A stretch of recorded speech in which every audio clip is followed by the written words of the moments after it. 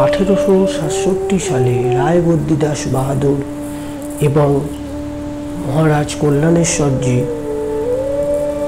কলকাতার সবচেয়ে পুরনো জৈন মন্দির স্থাপন করেন বাগমারি অথবা কলকাতার উত্তর পূর্ব দিকে এই বদ্রীদাস টেম্পল রোডে।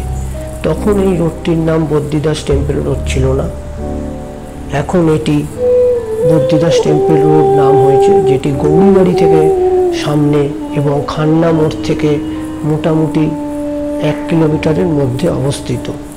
এটি পূর্ব দিকে চলে গেছে মানিকতলা বাগমারি এবং দক্ষিণ দিকে চলে গেছে সল্লেপ উপনগরী বা বিধাননগর এবং এর উত্তর দিকে আছে খান্না বা হাতিবাগান।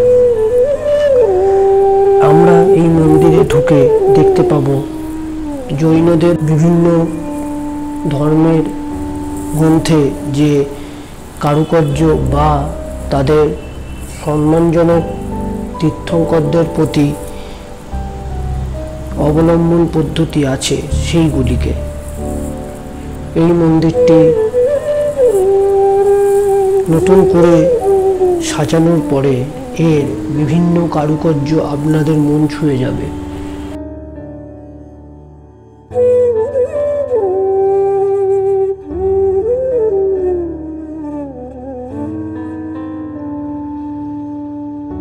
এছাড়াও প্রতিটি জৈন মন্দিরের মতোই এই মন্দিরেও একটি জলাশয় রাখা আছে।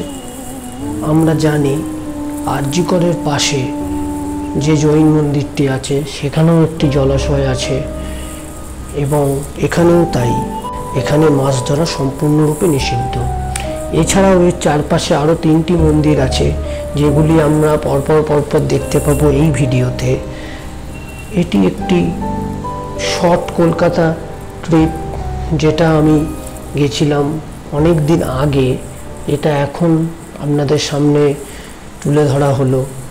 নমস্কার, ভালো থাকবেন।